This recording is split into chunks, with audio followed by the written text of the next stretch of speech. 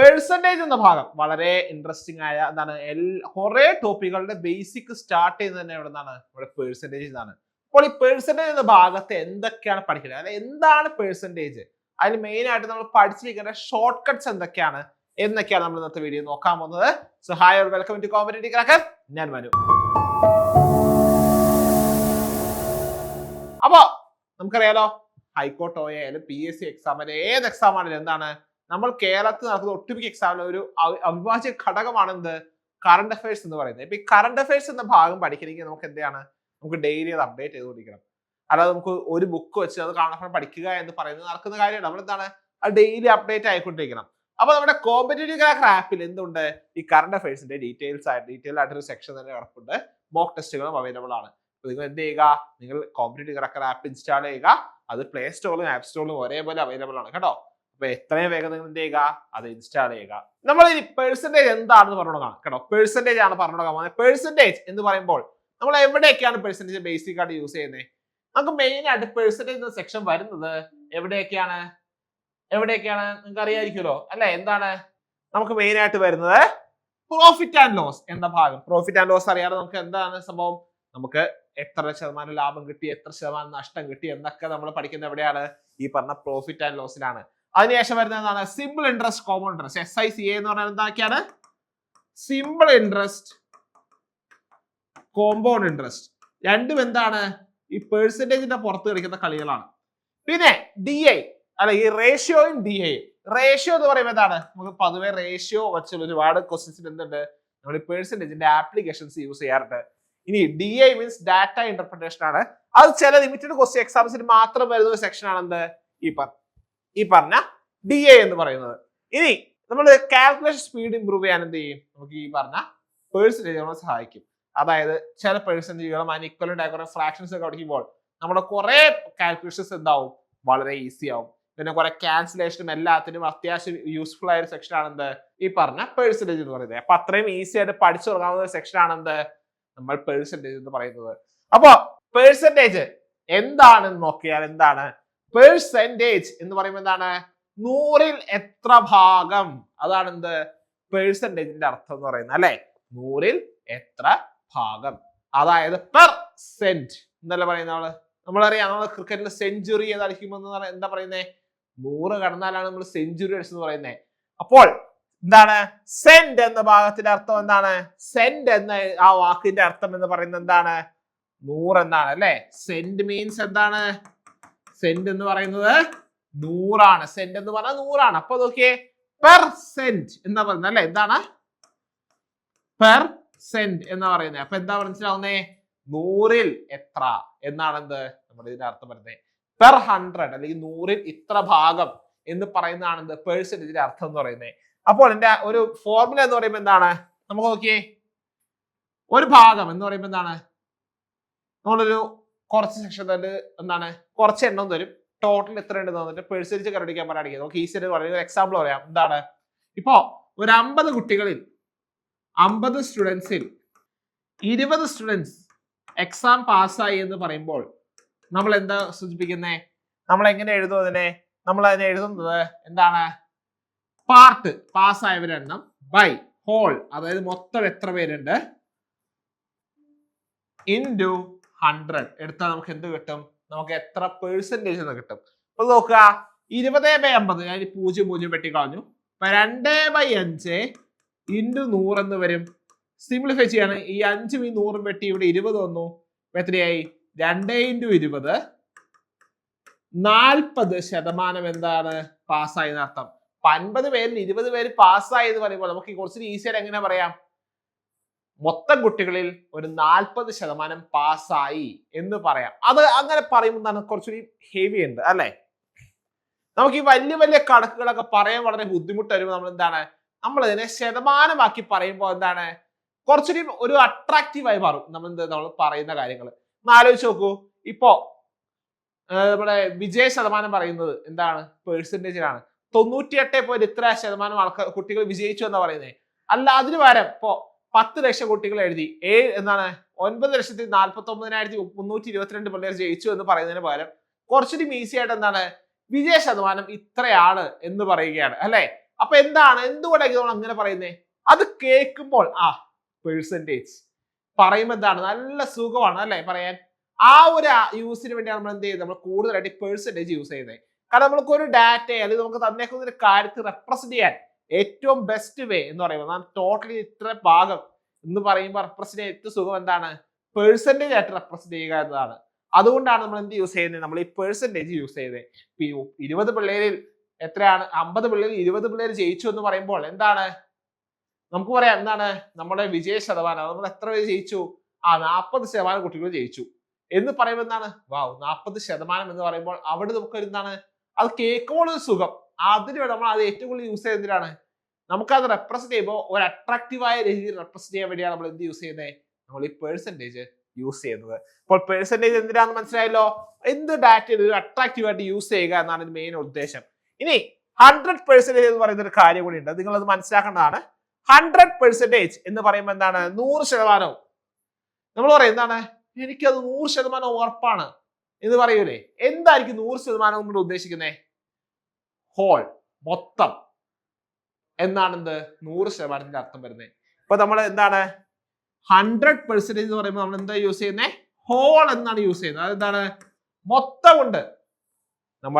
നമുക്കറിയാവുന്ന എല്ലാ കാര്യങ്ങളും മൊത്തം ഉണ്ട് എന്ന് സൂചിപ്പിക്കാൻ നമ്മൾ എന്ത് യൂസ് ചെയ്യുന്നത്, ഈ പറഞ്ഞ 100% ഫ്രാക്ഷൻ നമ്മൾ യൂസ് ചെയ്യുന്നത്. അപ്പൊ അത്രയും എന്താണ്, ഫുൾ എന്നാണ് എന്ത് അതിന്റെ ഐഡിയ വരുന്നത്. അപ്പൊ കൃത്യമായി നോട്ട് ചെയ്യുക, 100% മീൻസ് ഹോൾ, മുഴുവൻ, എല്ലാം, ഓൾ എന്ന് പറയുന്നതാണ് എന്ത് 100% എന്ന് പറയുന്നത്. അപ്പൊ കൃത്യമായി നോട്ട് ചെയ്യുക, 100% എന്താണ്, ഹോൾ എന്ന് പറയുന്നത്, മൊത്തം എന്ന് പറയാൻ നമ്മൾ എന്ത് യൂസ് ചെയ്യുന്നത്, നമ്മൾ 100% യൂസ് ചെയ്യുന്നത്. ഇനി നമുക്ക് അറിഞ്ഞിരിക്കേണ്ട കുറച്ച് ഫ്രാക്ഷൻസും അതിന്റെ എന്താണ് പെർസെന്റേജുകളും പറയാൻ പോകുന്നത്. ശ്രദ്ധിക്കുക, നമ്മൾ 1 to 10 എന്തായാലും എന്ത് ചെയ്യണം, നമ്മൾ അറിഞ്ഞിരിക്കണം. എന്താണ് 1 മുതൽ 10 വരെ, 9 വരെ, അല്ലെങ്കിൽ അറ്റ്ലീസ്റ്റ് 10 വരെ, 1/1 തൊട്ട് 1/10 വരെയുള്ള ഫ്രാക്ഷൻസിന്റെ എല്ലാത്തിന്റെയും എന്താണ്, നമുക്ക് അതിന്റെ ഒരു ഇക്വലന്റ് ആയിട്ട് പെർസെന്റേജ് എത്രയാ അത് കൃത്യമായിട്ട് അറിഞ്ഞിരിക്കണം. അപ്പൊ നോക്കാം, ഓരോ നോക്കാം. എന്താണ് 1/2 = 50%. നമുക്കറിയാം എന്താണ് 1/2 എന്ന് പറയുമ്പോൾ എന്താ പറയുന്നേ, പകുതി അല്ലെ. ഇപ്പോ 50 പേരിൽ പകുതി പേർ ജയിച്ചു എന്ന് പറയുമ്പോൾ നമ്മൾ കുറച്ചുകൂടി പെർസെന്റേജ് ആയിട്ട് പറയുമ്പോൾ എങ്ങനെയാണ് പറയുന്നത്, നമ്മൾ അതിനെ 50% കുട്ടികളും ജയിച്ചു എന്ന് പറയും. കറക്റ്റ് അല്ലേ, 50% കുട്ടികളും ജയിച്ചു എന്ന് പറയും. അപ്പോൾ നിങ്ങൾ എന്ത് മനസ്സിലാക്കണം, ഇനി 50% എന്ന് എവിടെയും കണ്ടാൽ നിങ്ങൾ എന്ത് യൂസ് ചെയ്യണം, 1/2 എന്ന് യൂസ് ചെയ്യണം. അപ്പൊ എന്തിനാണ് നമ്മൾ അങ്ങനെ യൂസ് ചെയ്യുന്നത്, നമ്മുടെ കാൽക്കുലേഷൻ എളുപ്പമാക്കാനാണ്. ഒന്ന് ആലോചിച്ച് നോക്കൂ, നിങ്ങൾ നോക്കിയേ, ഇപ്പോൾ x% ഓഫ് y എന്ന് പറയുമ്പോൾ നമ്മൾ എങ്ങനെ എഴുതുന്നേ, y into x/100 എന്ന് എഴുതും. y into x/100 എന്ന് എഴുതും. അപ്പൊ ഞാൻ ചോദിക്കാണ്, നിങ്ങളോട് ചോദിക്കാണ്, എന്താണ് 720ന്റെ 50% എത്ര, അല്ലെങ്കിൽ വാട്ട് ഈസ് ദ 50% ഓഫ് 720? 720ന്റെ 50% എത്ര എന്ന് ചോദിച്ചു. ഒന്ന് ആലോചിച്ച് നോക്കിയേ, 720ന്റെ 50% എത്ര? നമ്മൾ എന്ത് ചെയ്യും, പൊതുവെ ചെയ്യുന്നത് എങ്ങനെയാണ്, 720ന്റെ 50% എന്ന് പറയുമ്പോൾ എങ്ങനെ എഴുതും, 720 × 50/100 എന്ന് എഴുതും. എന്നിട്ട് 0 വെട്ടിക്കളഞ്ഞ് 72 × 5 എഴുതും അല്ലെ, 72 × 5 ചെയ്യും. എന്ത് ടൈം പോവാണ് അല്ലെ. അപ്പൊ അതിന് വരെ ഞാൻ എഴുതാണതേ, 720ന്റെ 50% എന്ന് പറയുമ്പോൾ എന്താണ്, 720 × 1/2 ചെയ്യും. അപ്പൊ എന്താണ് 720/2, എത്ര ഉത്തരം കിട്ടും, 360 എന്ന് നമുക്ക് വേഗം ഉത്തരം കിട്ടും. അപ്പൊ മനസ്സിലായില്ലേ എന്തിനാണ് നമ്മൾ ഇങ്ങനെ മെത്തേഡ് യൂസ് ചെയ്യുന്നത്. നമ്മള് ഈ 50% എന്ന് പറഞ്ഞ് കാണുമ്പോൾ അതിന് പകരം നമ്മൾ ഡയറക്റ്റ് 1/2 യൂസ് ചെയ്താൽ നമുക്ക് 2 കൊണ്ട് ഡിവൈഡ് ചെയ്താൽ മതി. അല്ലാതെ ഇത്രയും വെട്ടിക്കളഞ്ഞ് ഇൻറ്റു 5 ചെയ്ത് ഡിവൈഡ് ബൈ ഇത് ചെയ്ത് എത്ര സമയം പോകും അല്ലെ. അപ്പൊ അതിനെ കുറച്ച് ലാഭിക്കാനാണ് നമ്മൾ എന്ത് ചെയ്യുന്നത്, നമ്മൾ ഈ പറഞ്ഞ ഫ്രാക്ഷൻ യൂസ് ചെയ്യുന്നത്. ബേസ് ഫ്രാക്ഷൻസ് ഇതൊക്കെ കേട്ടോ, നമ്മൾ മെയിനായിട്ട് ബേസ് ഫ്രാക്ഷൻസ് പറയുന്നത് ഇതൊക്കെയാണ് 1, 1/2, 1/3, 1/4, 1/5, അങ്ങനെ തന്നെയുണ്ട് 1/10 വരെ എന്ന് പറയും. 1/10 വരെ ഞാൻ പറയുകയാണ്. അപ്പൊ നോട്ട് ചെയ്തോ. ഇനി 1/3 നോക്കിയേ, 1/3 എന്ന് പറയുന്നതിന്റെ ഫ്രാക്ഷൻ എത്രയാണ്, പെർസെന്റേജ് എത്രയാണ്, 33.33% ആണ്. അപ്പൊ നിങ്ങൾ ചോദിക്കാറ് എന്താണ് ചോദ്യം, ഏതാണ് ശ്രദ്ധിച്ചു നോക്കിക്കോ, 42ന്റെ 33.33% എത്ര എന്ന് ചോദിച്ചു. അല്ലെങ്കിൽ എന്താണ് വാട്ട് ഈസ് ദ 33.33% ഓഫ് 42 എന്ന് ചോദിച്ചു. നിങ്ങൾ എന്ത് ചെയ്യും? നമ്മൾ പൊതുവെ ഈ ഫ്രാക്ഷൻസ് അറിയാത്ത ആൾ എന്ത് ചെയ്യും? 42 × 33.33/100 എന്ന് എഴുതും. നല്ല രസമുണ്ട് അല്ലെ? ഇത് എപ്പ കുടിച്ച് എപ്പ ആൻസർ എഴുതാന് നടക്കത്തില്ല. അപ്പൊ എന്ത് ചെയ്യാ? ഈ 33.33% എന്ത് എഴുതുക? 42 × 1/3 എഴുതുക. ഇതറിയാമെങ്കിൽ എന്താണ് 42 × 1/3 ഡയറക്റ്റ് എഴുതാൻ നമ്മൾ. അപ്പൊ ആൻസർ എന്ത് വരും? ആൻസർ നേരെ 14 എന്ന് കിട്ടും. ഇങ്ങനെ ഗുണിച്ച് നിങ്ങൾ ആൻസർ എഴുതുന്ന നിന്നാൽ നിങ്ങൾ അവിടെ എഴുതിക്കൊണ്ടിരിക്കത്തേ ഉള്ളൂ. വിഷമം തോന്നരുത്, നിങ്ങൾ അങ്ങനെ എഴുതിക്കൊണ്ടിരിക്കത്തേ ഉള്ളൂ. കാരണം നമുക്കത്ര സമയമില്ല. ഒന്ന് ആലോചിച്ച് നോക്കിയേ, 33.33 × 42 ചെയ്യുമ്പോഴേക്കും ആ സമയം കൊണ്ട് നിങ്ങൾ ഈ ചോദ്യം എങ്ങനെ അടുത്ത ചോദ്യത്തിലേക്ക് കിടക്കും. ഈ ഫ്രാക്ഷണറിന് അത്ര സ്പീഡ് ചെയ്യുന്ന ആളാണെങ്കിലും ഈ ചോദ്യം എങ്ങനെ അടുത്ത ചോദ്യത്തിലേക്ക് കിടക്കാൻ ആ ഗുണിക്കുന്ന സമയം മതി. ഇനി ഗുണിക്കാൻ അത്ര സ്പീഡ് ഇല്ലാത്ത ഒരാളാണെങ്കിലോ ഒരു 4 ചോദ്യം ചെയ്യുന്ന സമയം ഒറ്റ ഗുണനത്തിൽ പോകും. എന്തിനാ വെറുതെ സമയങ്ങളാണ് അല്ലെ? അപ്പൊ നമ്മൾ എന്ത് ചെയ്യും? നമ്മൾ ഈ 33.33% കണ്ടാൽ നേരെ എന്തെഴുതും? 1/3 എന്ന് എഴുതും. എന്തിനാ സമയം അല്ലെ? നമുക്ക് സമയം മറ്റു ക്വസ്റ്റ്യൻസ് കൂടി ആവശ്യമുള്ളതാണ്. അപ്പോൾ അത് കൃത്യമായിട്ട് യൂസ് ചെയ്യാൻ നമ്മൾ എന്ത് ചെയ്യണം? നമ്മൾ ഈ പറഞ്ഞ ഷോർട്ട് കട്ട്സ് യൂസ് ചെയ്തേ പറ്റൂ. അപ്പൊ അടുത്ത എന്താണ്? 25% നമ്മൾ എഴുതുന്നതാണ് എന്ത്? 1/4. 25% എന്ന് പറഞ്ഞാൽ എന്താണ്? കാൽഭാഗം അല്ലെ? 50%ന്റെയും പകുതിയാണെന്ത്? 25%. അത് നമ്മൾ എന്ത് ചെയ്യും?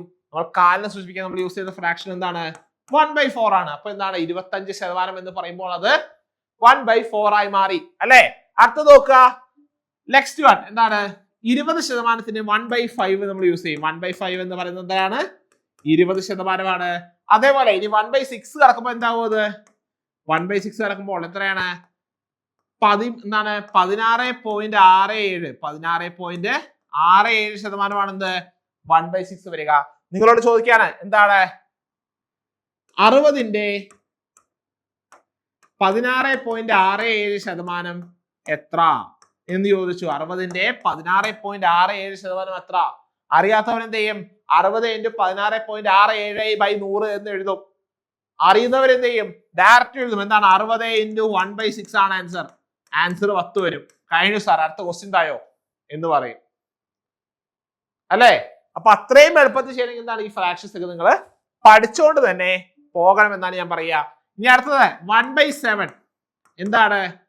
14.28. ഇത് ആവർത്തിക്കാൻ നിങ്ങൾ ടെക്നിക്ക് ഞാൻ പറഞ്ഞുതരാം. കുറെ പേർക്ക് ഇത് ഓർത്തിക്കാൻ ഭയങ്കര പാടായിരിക്കും. ശ്രദ്ധിക്കുക, 7 1/7 ആണ് അല്ലെ? ഈ 1/7 ഇരട്ടിയല്ലേ 14? ഈ 14 ഇരട്ടിയല്ലേ 28? അപ്പൊ എന്താണ്? 1/7 എന്ന് പറയുന്നത് എന്താണ്?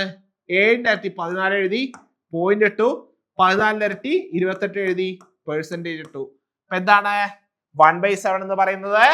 14.28 ആണെന്ന് ഓർത്തിരിക്കുക. 14.28 ആണെന്ത്? 1/7. അപ്പോൾ 1/8 വന്നാൽ എന്താ എഴുതുക? 12.5% വരും. 1/9 കുറച്ച് ഈസിയായിട്ട് പഠിക്കാൻ. എന്താണ്? 11.1111 അങ്ങനെ നീണ്ടുപോകുന്ന പെർസെന്റേജ് ആണെന്ത്? 1/9. ഇനി ലാസ്റ്റ് ബട്ട് നോട്ട് ലീസ്റ്റ് നമ്മുടെ കൂട്ടത്തിലെ കൊമ്പൻ എന്താണ്? 1/10. എളുപ്പമാണ്, 10%.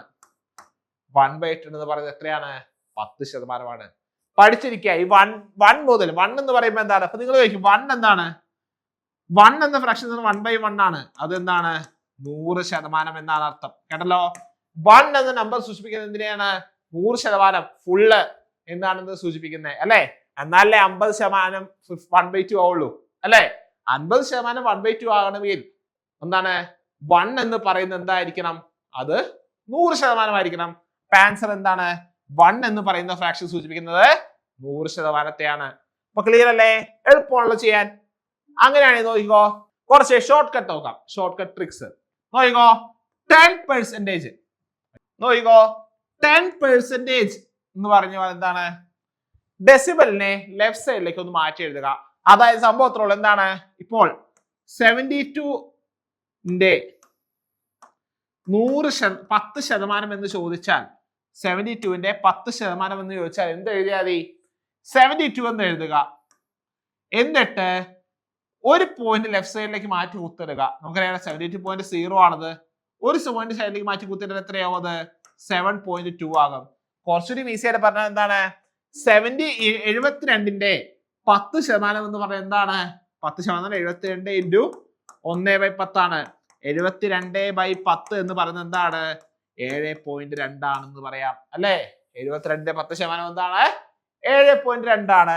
ഇനി 1% എന്ന് പറഞ്ഞാൽ എന്താണ്? 1% എന്ന് പറഞ്ഞാൽ എന്താണ് അർത്ഥം വരുന്നത്? 1% എന്ന് പറയുമ്പോൾ നിങ്ങൾ എത്ര കാണുക? നമുക്കറിയാം എന്താണ് 1 എന്ന് പറയുന്നത് 100% അപ്പോൾ 1% എന്ന് പറയുന്നത് എന്താണ്? 1/100 ആണ്. 100ൽ 1 ആണ്. കറക്റ്റ് അല്ലേ? 1% എന്ന 1% എന്ന് പറഞ്ഞാൽ എന്താണ്? 100ൽ 1 ആണ്.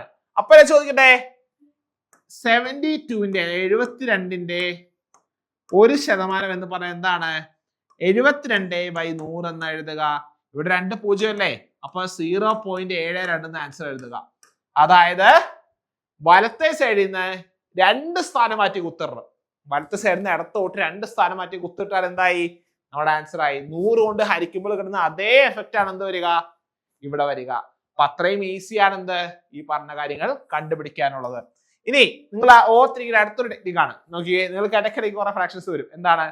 ഫോർ എക്സാമ്പിൾ നോക്കിയാൽ 125%, 130%, 115%, അല്ലെങ്കിൽ ഇപ്പോ 75%, അങ്ങനത്തെ കുറച്ച് സാധനങ്ങൾ വന്നാൽ നിങ്ങൾ ചെയ്യേണ്ട ഒരു ടെക്നിക്കാണ് പറയാൻ പോകുന്നത്.